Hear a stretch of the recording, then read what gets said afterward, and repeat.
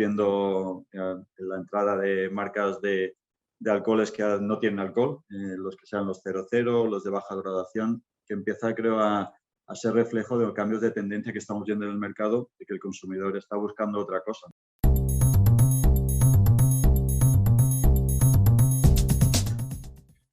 Pues nada, bienvenidos a POS Talks, el primer podcast de gran consumo en España. Hoy tenemos el gustazo de entrevistar a Mark Pokele. No sé si lo estoy pronunciando bien en castellano, sí. pero ¿cómo lo dices tú, Mark? Pokele. Pokele, muy bien. Director general de BIM Suntory. Un poquito del pasado de Mark para entrar en calor. Nació en Londres. Creció en Benidorm, Alicante, hasta los 18 años, cuando se traslada a mi otro país, Estados Unidos, para terminar tus estudios de grado y de posgrado. Tiene un MBA de Louisiana State University, de Monroe, Louisiana, en Estados Unidos, y además tiene formación en dirección general por INSEAD. Mark tiene 17 años de experiencia en el sector de las bebidas espirituosas y antes de estar como director general ocupó puestos también de mucha importancia en el área comercial en Máximo España, como director de efectividad comercial en Madrid y desarrollo de ventas y gestión de marketing en Maxim a nivel mundial desde Ámsterdam. Te uniste al grupo BIM Global en el 2011 y has sido director comercial de la región Oriente Medio y de África, con sede en Madrid, que hablaremos un poquito de eso, entre el 18 y el 20.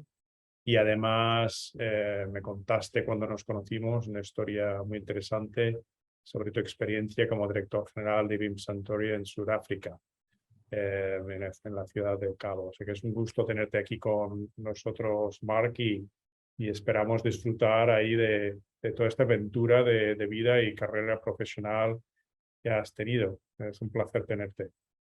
Muchas gracias a vosotros. Si te parece, para empezar, ¿por qué no cuentas un poco del hombre detrás de esta supercarrera a nivel internacional? ¿Qué pasiones hay detrás que te ha impulsado a hacer esta carrera? Buena pregunta, esta no me la han hecho nunca. Yo creo un poco de la inquietud, como comentabas, criado en Benidorm de padres extranjeros en un mundo de la hostelería, y Benidorm en los años que yo estuve ahí realmente empezó a transformarse en un destino internacional. Entonces yo creo ya buscaba quizá nuevos horizontes, ya quizá de pequeño no me veía viviendo el resto de mi vida en Benidorm, aunque le tengo mucho cariño, pero no lo veía como el resto de mi vida. Entonces ya aprovechando de joven, sobre todo por el tema del deporte, conseguí moverme a Estados Unidos, que fue quizá el gran salto al mundo internacional.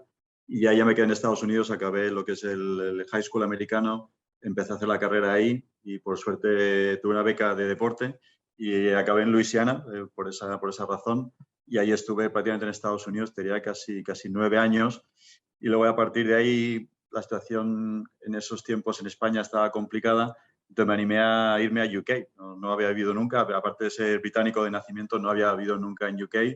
Y fui para vivir a Londres y acabé trabajando por casualidad en el mundo de headhunting, no por diseño, sino realmente porque estaba un trabajo cuando llegué y pensé que sería algo temporal, y acabé 10 años trabajando en headhunting y sobre todo a nivel internacional, con lo cual mucho viajar a través de Europa. Luego empezamos a trabajar con clientes en Estados Unidos, en Asia, acabé en África. Entonces realmente esos 10 años en un mundo quizá un poco desconocido a veces, que realmente el hard sell, como se suele decir, pero trabajando con ejecutivos de muchas organizaciones a nivel bastante alto, quizá también esa sensación de que el mundo global es interesante, divertido trabajar en él. Quizá fue un poco lo que me estableció esa curiosidad de querer buscar y entender cómo se trabaja en otras culturas, otras formas de ver negocios. Entonces disfruto mucho trabajando en otros países. Ahora encantado de estar de vuelta en España, pero como dices tú, el haber estado viviendo en Estados Unidos, luego viviendo en UK, y luego estuvimos en Holanda 4 años cuando entré en lo que es Maxim Worldwide en su momento. luego estuvimos aquí en España 7 años, luego, como comentabas, 4 años en Sudáfrica, obviamente muy distinto, y ahora de vuelta prácticamente 2 años ahora, ya pasando lo que fue Maxium España y ahora siendo BIM Suntory España. Llevan bastantes años en el grupo y qué elementos, qué valores de esta compañía con los cuales más te identificas, aunque más te llaman la atención. Sí. Sí, es una compañía, también hay que decir que ha evolucionado de forma muy significativa, porque el Maxium original, cuando se formó, eran 4 socios. Estaba BIM, en su momento que no se llamaba BIM Suntory, era BIM Global, Edrington, que sigue siendo nuestro partner, y veo la bodega de Brugal ahí, que son los dueños de Brugal y de Macallan. Luego también estaba Remy Cointreau y estaba BNS, que eran los propietarios de Absolut Vodka. Entonces, en ese momento era una empresa bastante distinta, porque era una empresa de distribución global, pero realmente siempre había un foco a la hora de ser una empresa bastante operativa, pero los valores realmente de fomentar el desarrollo de la gente. Y eso creo que ha perdurado en el tiempo. Incluso que ahora ya Maxium como tal no existe y que realmente se ha convertido en lo que fue una alliance entre BIM y Edrington y ahora puramente BIM. La parte de ser una empresa, pongamos relativamente grande, pero siendo ágil, mucho foco en esa capacidad de adaptarse al mercado, de ver oportunidades, de ser bastante proactivos y reactivos a la vez. Creo que eso se ha mantenido en el tiempo. Y también ha habido siempre foco en desarrollo de la gente. Por eso estoy muy afortunado porque llevo muchos años en el negocio y siempre he tenido oportunidades, incluso esta última, porque el salto que hice de Sudáfrica, que era una empresa relativamente pequeña, venía aquí en España, que factura prácticamente 20 veces más que lo que facturábamos ahí, da también la sensación de que el negocio invierte en equipo y hace apuestas a veces de dar oportunidades realmente de desarrollo y crecimiento, con lo cual eso en los años que llevo ha sido un continuo y creo que demuestra un poco y es un poco la forma que tiene y se ha mantenido en el tiempo de la cultura quizá arraigada en lo que es el mundo ahora BIM Suntory, que un poco ya originó de la parte de Maxium, pero se ha definido más en el tiempo al ser ya una entidad con una cultura más definida. Y luego añade eso que en el 2000, creo que fue el 2015, 14, pasamos a ser parte de Suntory, con lo cual hay un elemento ahora también japonés, de más largo plazo, de quizá incluso más foco en el equipo. Entonces, realmente hablamos en el negocio del East meets West y realmente cómo compaginamos esas dos culturas, una cultura originalmente BIM, mucho más americana, con la cultura japonesa y creo que va evolucionando constantemente más a esa combinación de agilidad comercial, pero también manejo de largo plazo y siempre poniendo el foco en el desarrollo y crecimiento de la gente. Es curioso que justo lo que acabas de decir, de que es donde East meets West, y además justo en medio, pues estamos aquí en España y curiosamente nos ha llamado la atención que tenéis no solamente vuestras oficinas aquí de España, como es lógico, pero también tenéis las oficinas de internacional, ¿no? Cuéntanos un poco sobre eso y cómo funciona. Sí, yo en parte diría, en parte creo que es casualidad. Ten en cuenta que esta empresa ha evolucionado en un momento dado. BIM era relativamente pequeño, luego pasó la venta de Allied, con lo cual sabes que las marcas se repartieron entre Pernod y BIM. Y de las marcas que se quedó BIM estaba Dick y Larios, que como sabes están arraigadas aquí en España. Tenemos la destilería en Segovia y eso en parte empezó a tomar decisiones de negocio que tenían más sentido establecer la base operativa en España. Eso luego creo que se ha ido afincando en el tiempo y ahora tiene todo el sentido del mundo, pero en el momento diría que era más un poco la casualidad de tener marcas tan grandes aquí con unas operaciones tan grandes que realmente acabó cristalizando el establecer y realmente anclar la parte de división internacional del negocio en España. Me parece un momento dado, siempre hubo un momento dado discusiones de, no, pues estamos en UK o debemos estar en otro país, pero que realmente España tiene todo el sentido del mundo y ahora se nos haría casi impensable no estar aquí en España, en la sede de lo que es la parte internacional. Por dar un poco de contexto, tenemos 3 divisiones en el negocio internacional, que geográficamente es la más grande porque es todo EMEA, es Sudamérica, cubre India y también cubre parte de Oceanía. Tenemos una parte que sería la más asiática, que es afincada en Japón, cubre China también y por los mercados asiáticos. Y luego tenemos la parte que sería Américas, que es realmente Estados Unidos, mercado más significativo, Canadá y México. Nosotros somos Por tamaño, a veces somos como el 20% de la región global, pero a nivel geográfico realmente tenemos un footprint enorme y a día de hoy se nos parece lo más normal estar en España y como dices tú, estamos realmente en ese punto medio del East meets West. ¿Y vosotros en el día a día cómo interactuáis con esta oficina global? Pues yo la tengo justo en la planta de abajo. Okay. Estamos en el mismo edificio, con lo cual la interacción es muy cercana y creo que estamos encontrando un poco el equilibrio, porque ten en cuenta que venimos de realmente hace un año, prácticamente a estas fechas, firmamos el acuerdo en el cual Maxium ya pasaba a ser 100% BIM Suntory y nos convertimos en BIM Suntory de forma ya por un branding y toda la imagen el 1 de enero de este año. Entonces estamos ya encontrando el equilibrio entre la sede internacional está en la planta de abajo, pero también conscientes de que hay que manejar un equilibrio entre lo que hace el mercado local, que tiene unas prioridades distintas y una forma de trabajar, versus lo que hace la parte internacional. Con lo cual estamos quizá encontrando la sintonía entre las dos partes del negocio y eso ha sido clave sobre todo porque hemos estado, pongamos, armonizando, integrando todo lo que es la parte del back office del negocio, la forma de gestionar. Entonces, al pasar a ser 100% BIM Suntory, significa unos cambios significativos en la forma de cómo operamos, cómo nos estructuramos y cómo pasamos a ser ya parte de la estructura de una corporación, cuando antes en Maxium éramos 50% BIM, 50% Edrington y realmente es un animal un poco distinto a lo que hemos ido evolucionando hoy. Marc, tú has hecho que el mundo parezca un lugar muy pequeñito. Te has movido con facilidad entre Benidorm y Estados Unidos y Reino Unido y Sudáfrica. Cuéntanos, por un lado, ¿qué diferencias encuentras entre tu papel anterior como director general en Sudáfrica y director general aquí en España? Y cuéntanos también las cosas que se parecen. Sí. Sí, la verdad, hay sensación, se ve que el mundo es pequeño, pero cuando te tiras muchas horas en el avión se te hace largo. Pero creo que la parte esta, yo he disfrutado mucho, sobre todo intentando entender la forma culturalmente, cómo se gestionan negocios, no solo en la parte de África, pero en Oriente Medio también, en un sector como el alcohol, que a veces levantaba preguntas, pero realmente se vende alcohol en Oriente Medio. Y entonces, entendiendo la parte, cómo se gestiona y dónde está la parte común, porque al final el negocio en sí mismo, los fundamentos son los mismos, pero cómo se hace el negocio es de una forma distinta y disfruto mucho la parte cultural y adaptando estilos a distintos mercados y formas de trabajar. Entonces, por esa parte, creo que por eso quizá lo disfruto tanto. En la parte de cómo ha evolucionado, pues el contexto es que para mí el rol en Sudáfrica se combina en un par de factores. Primero es el primer paso que yo tengo como MD, o sea, yo venía de director comercial, entonces coincide en que BIM Suntory compra el 100% de la distribuidora en Sudáfrica.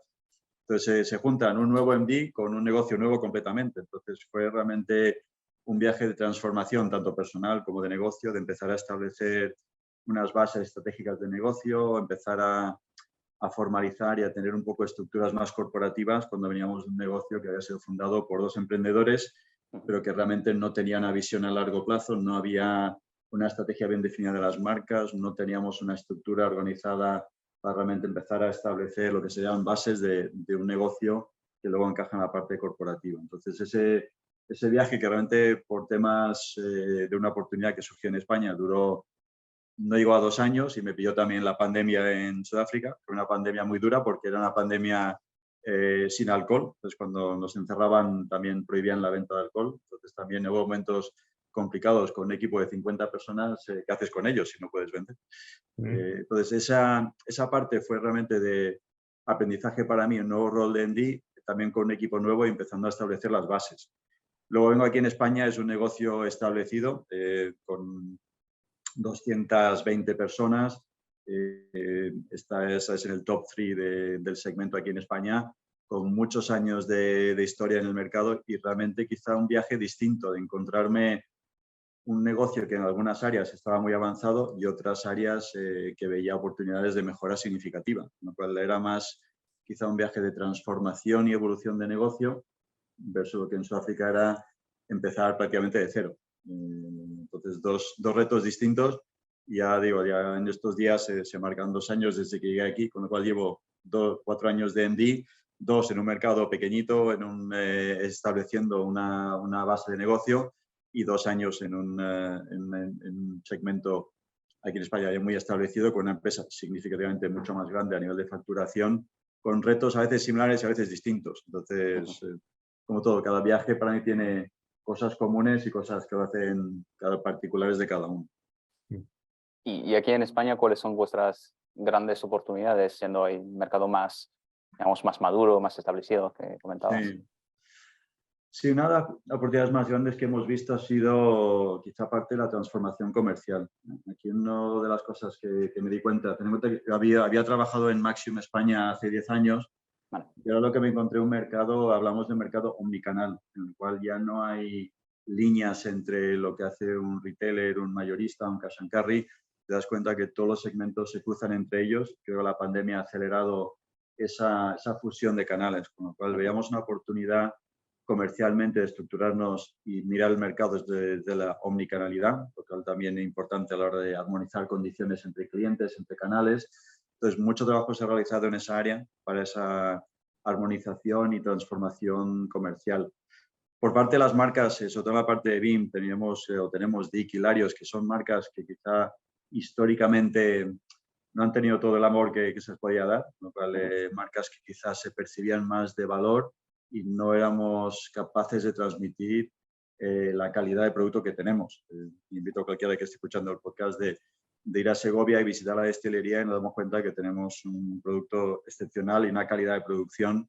Incluso cuando vienen nuestros colegas japoneses, sorprendidos por la calidad de producción que tenemos aquí en España. Entonces, esa oportunidad de empezar a transformar las marcas, estamos dándole más apoyo a la hora de empezar a comunicar de otra forma y cómo empezamos a restablecer marcas de toda la vida, que son Dick y Larios, para que el consumidor las empiece a apreciar no como un producto de valor, sino realmente reconociendo la calidad que tiene y un poco el valor que a veces no le damos a algunos productos que hacemos aquí en España. Entonces, son dos áreas que nos estamos dando mucho foco. Y luego, como cualquier organización, yo creo que una parte de la transformación cultural, que siempre es la que más tiempo lleva, consciente que veníamos de Maxium, que lleva prácticamente 20 años en el mercado, y ahora somos BIM Suntory, y eso es muy fácil cambiar el logotipo y decir que somos BIM, pero empezar a entender que la forma de trabajar y cómo queremos evolucionar como empresa también cambia. Y creo que es un viaje, ese es el que para mí tarda más tiempo, porque realmente tienes que hacer un cambio de mentalidad y hay de todo. Los que ya son creadores del cambio y algunos que todavía lo ven como realmente dónde encajo yo en esta nueva etapa que estamos formando. Hablabas hace un momento de la fusión entre off y on-trade que se va mezclando y aparece esta cosa que se llama omnicanalidad. ¿Hay más cosas que están cambiando en ese sentido? O sea, que impactos importantes que están ocurriendo y afectando al mundo de, como se dice en castellano, hostelería y alimentación. Sí, yo creo que hay una combinación y lo miramos más desde el punto de vista del consumidor. El consumidor al final es para mí el punto de todo, porque el consumidor al final es el que vota por nuestras marcas y busca esos momentos. Hemos visto en la pandemia algunos cambios en algunos de los hábitos, por ejemplo, el concepto del tardeo, que quizá empezó hace un par de años, se ha acelerado mucho más. Entonces, el empezar a ver consumo de la primera copa por la tarde es algo que se está normalizando más, cuando antes parecía que la copa era más de noche. Un dato que a mí me llamó la atención cuando volví a España después de mucho tiempo fuera es que tenemos la segunda población por años después de Japón. Y eso también está cambiando, creo, la dinámica de consumo. Ya no la noche y el estar de copas hasta altas horas, eso está evolucionando a un consumo, creo, distinto, de mayor calidad, menos cantidad. Entonces, eso también está cambiando incluso los hábitos de consumo. Estamos viendo la entrada de marcas de alcoholes que no tienen alcohol, los que sean los 0,0, los de baja graduación, que empieza, creo, a ser reflejo de los cambios de tendencia que estamos viendo en el mercado, de que el consumidor está buscando otra cosa. Entonces, no solo es la parte de cómo los canales están evolucionando para llegar de mejor manera al consumidor final, sino también ese consumidor también que está evolucionando cómo vive y cómo disfruta del momento de consumo, que aquí en España es un consumo muy social. Entonces, un mensaje que transmito mucho, sobre todo a la parte corporativa, porque somos un mercado mucho más, digamos, de on-premise, de consumo de Horeca, es que en España tiene la situación de que las marcas se piden por nombre, mientras que en muchos países no se pide por nombre. Entonces, es muy importante aquí esa relación de, entonces hablamos de enamorar al consumidor de nuestras marcas y conseguir que haya una conexión con la marca, una afinidad con la marca para realmente establecer una relación con el consumidor. Con lo cual veo una oportunidad ahí de seguir desarrollando esa relación marca-consumidor y eso se hace a través de los clientes. Con lo cual hablamos de cómo usamos esos momentos de cuando el consumer touch point, el momento de la experiencia de la marca, que siempre sea un momento memorable y para eso necesitas la marca, necesitas el cliente y el consumidor, necesitas las tres partes y ahí el canal juega un rol, pero es la suma para mí de las tres cosas. Y en el contexto de estos últimos años, ahí con cambios tan drásticos a nivel de consumidor, de mercado, ¿cómo lleváis el tema de la innovación? ¿Cómo os impacta? ¿Se están retrasando lanzamientos o al contrario, por los cambios más frecuentes, vais acelerando? Sí, es un tema con el cual como director de marketing hablo bastante. El tema de innovación, a veces también innovación, a veces pensamos solo en producto y a mí me gusta pensarlo también no solo en productos, sino en otros ámbitos. O sea, cómo llevo al mercado, cómo llevo al consumidor, qué estoy haciendo distinto, cómo innovo la experiencia de consumo. Pero eso puede ser a través de activaciones, por ejemplo, una marca que tenemos que es Roku, la marca japonesa de Ginebra. Hacemos activaciones 360 que llamamos Kinjo, que significa es barrio en japonés. Entonces, creamos situaciones donde creas un 360 y para que el consumidor experimente la marca en todos sus ámbitos, en todos los canales. Para eso es innovación también, porque es otra forma de activar la marca. Innovación pura de productos, sí que hemos lanzado este año, entramos en la categoría de los licores, lanzamos el Castellana Cacao para entrar en ese consumo de después de comer. Todavía diría que es prematuro para ver si realmente ese tipo de innovación tiene recorrido o no. Entonces, lo que estamos, creo, constantemente intentando dar prioridad, que pongo más foco en fortalecer estrategia de las marcas y ver la oportunidad que tienen de desarrollo o buscar oportunidades todavía de crecer en la parte del segmento más premium.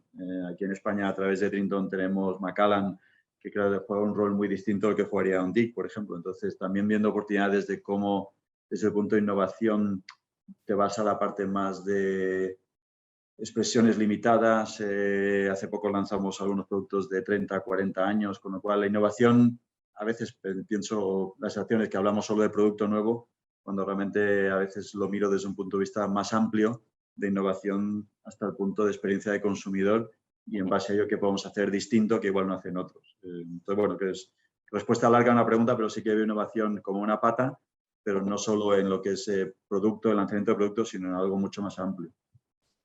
El turismo para vosotros me imagino que es muy importante y la vuelta a tener unos niveles de turismo como el pasado, me imagino que os está afectando, ¿no? ¿Cómo os afecta el buen verano que estamos teniendo con turistas? Sí, yo creo que afecta, si no otra cosa, el optimismo. Sí. Aquí hay un par de matices. Cuando hablamos del turista, el turista por general no consume nuestras marcas estándar. Pongamos, no es el consumidor habitual de Larios, quizá Larios un poco más, pero Dick, consumidor internacional, no conoce la marca, con lo cual no tiende a consumir mucho. Y Brugal, porque el ron dominicano es muy fuerte en República y aquí, pero en otros países europeos no tanto. Con lo cual, mis sensaciones, lo que nos aporta es al consumidor de fuera consume marcas de portafolio como puede ser Jim Beam, como puede ser Famous, Roku en la parte internacional o Macallan, ese tipo de productos sí que vemos más consumo. Para mí el efecto es que la subida de la hostelería o del turismo nos lleva a más ánimo en la hostelería. Obviamente los que trabajan en la hostelería, el consumidor es nuestro consumidor, el local. Entonces creo que ese positivismo que viene con la vuelta del turismo, creando más empleo, creando más riqueza en el mercado, convencido eso se traslada en más consumo de nuestro producto, pero por nuestro consumidor local. Entonces, hay un poco una sensación de tenemos marcas internacionales, pero el core de nuestro negocio, Dick, Larios, Brugal, prácticamente es el 85% de nuestro negocio. Entonces, y eso está muy, muy arraigado en el consumidor local. Y anteriormente hablabas de omnicanalidad también. En ese sentido, ¿hay algún canal nuevo que destaca quizás para vosotros o algún otro que no hayamos mencionado hasta ahora? Sí, El canal que ha emergido de forma bastante significativa ha sido e-commerce. Creo que está en boca de todos del rol que tiene e-commerce y entonces hemos visto que e-commerce tiene un rol que jugar, pero en la parte más premium. Un poco la conversación es, si tú quieres una botella de Via Clarios o Brugal, no tienes que ir muy lejos y vas a encontrar una. Pero en la parte más premium, donde no hay tanta distribución y también el consumidor entra online y se ha acostumbrado a indagar, a informarse más acerca de las marcas, a hacer compra de producto que igual no encuentra el día a día, sí que lo hemos visto como un canal que está aportando más oportunidad. Aquí un poco el reto es que igual que e-commerce subió en la pandemia, ha vuelto a bajar otra vez porque somos una sociedad de consumo en la hostelería, que es un punto que siempre recuerdo a la parte corporativa. No somos un UK, no somos una Alemania, en el cual el consumo en casa de alcohol destilado es bastante normal. Aquí en España, como sabes, si estás en tu casa solo tomándote una copa, es que queda un poco raro. Entonces somos mucho más de consumo en la hostelería. Entonces, pero ese canal te diría es el que ha emergido, está aquí para quedarse, no solo como oportunidad de venta, sino como oportunidad de comunicar y hablar con el consumidor, que también entran en plataformas para aprender más de la marca y también influye su decisión, puede ser en el punto de venta en hostelería, como puede ser comprar online o comprar en la tienda física. Cuéntanos un poco también de la tendencia de los productos sin alcohol o de baja graduación. ¿De dónde viene y a qué necesidad del consumidor responde? Yo creo que viene de esa necesidad que hablábamos antes del consumidor, se está haciendo, pongamos, más maduro y busca alguna experiencia en la cual no haya el efecto alcohol. Yo creo que hemos visto el éxito de la cerveza sin alcohol. Creo que aquí debe ser de los países donde más éxito ha tenido. Por mi experiencia, cuando he estado en otros países, en países como Sudáfrica, que son muy cerveceros, la cerveza sin alcohol es muy pequeña, mientras aquí en España es una categoría que ha tenido mucho éxito y que responde a esa necesidad del consumidor de poder disfrutar de algo que no sea un refresco y no tener el efecto del alcohol.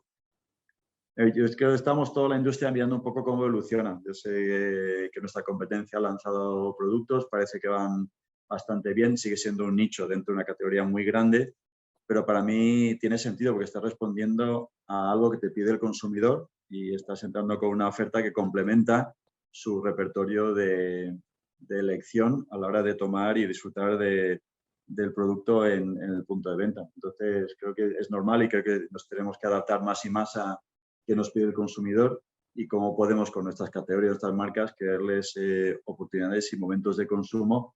En este caso, si vemos las ginebras sin alcohol, en teoría, sensaciones que te da el feeling de tomarte una copa sin el efecto de la copa. Entonces, lo veo como una evolución y creo que veremos más movimientos en estas áreas porque responde a cambios de tendencias de consumo. Márquez, estamos llegando al final de nuestra entrevista y siempre nos gusta cerrar con una pregunta que ya vamos repitiendo, pero que es un poco lo que te ilusiona de cara al final de año. Es verdad que hay muchas nubes, hablamos de obviamente mucha inflación, tema crecimiento, pero a ti, ¿dónde ves una gran oportunidad de cara al Q4 de este año, por ejemplo? Esa es una pregunta difícil. Te lo digo porque esta semana he aprovechado que he estado en el canal con clientes y creo que estamos todos nos hacemos la misma pregunta a todos unos a otros. ¿Tú qué tal ves el final de año? Yo mantendría que la oportunidad creo que va a estar en la agilidad, en tener capacidad de mantenernos reactivos, de poder anticipar en la medida de lo posible los cambios que iremos viendo. El mensaje del equipo creo es muy claro por mi parte, venimos de 2 años en el cual nuestra agilidad nos ha ayudado a mantenernos donde estamos y esa agilidad no la podemos perder. Entonces, no lo veamos como algo nuevo, veamos los cambios como algo que está aquí para quedarse y yo creo que, incluso viendo noticias esta mañana, inflación vuelve a despuntarse este mes, sensaciones de que la vuelta al cole va a ser complicada. Hay que mantenerse ágil, hay que mantener el optimismo, hay que ver la oportunidad donde igual otros no la ven y mantenernos en una dinámica de estar donde está el consumo y si hay que cambiar planes, cambiémoslo. No nos afinquemos en lo que habíamos planeado hace 2 meses si deja de ser relevante. Con lo cual, esa agilidad creo que es lo más importante y luego esa capacidad de ir leyendo y teniendo capacidad de reacción al mercado. Pues hablo mucho de aquí, usamos en Suntory en general usamos un término que se llama Gemba, que significa estar en el mercado, estar en el sitio. Pues nosotros salimos de Gemba, salimos al mercado y es importante, creo, tener ese pulso, ese olfato de qué está pasando y en base a ello poder tomar decisiones. A veces son intuición, combinación de intuición, de percepción, pero la combinación de esos factores te ayuda, creo, a mantenerte ágil y alerta. Y más que eso creo que no podemos hacer. Marc, muchísimas gracias por tu tiempo, enhorabuena por tu carrera y no me cabe ninguna duda que vas a tener la agilidad necesaria para que este año sea otro éxito más en tu carrera. Pues muchas gracias a vosotros y por esta oportunidad. Gracias, Marc.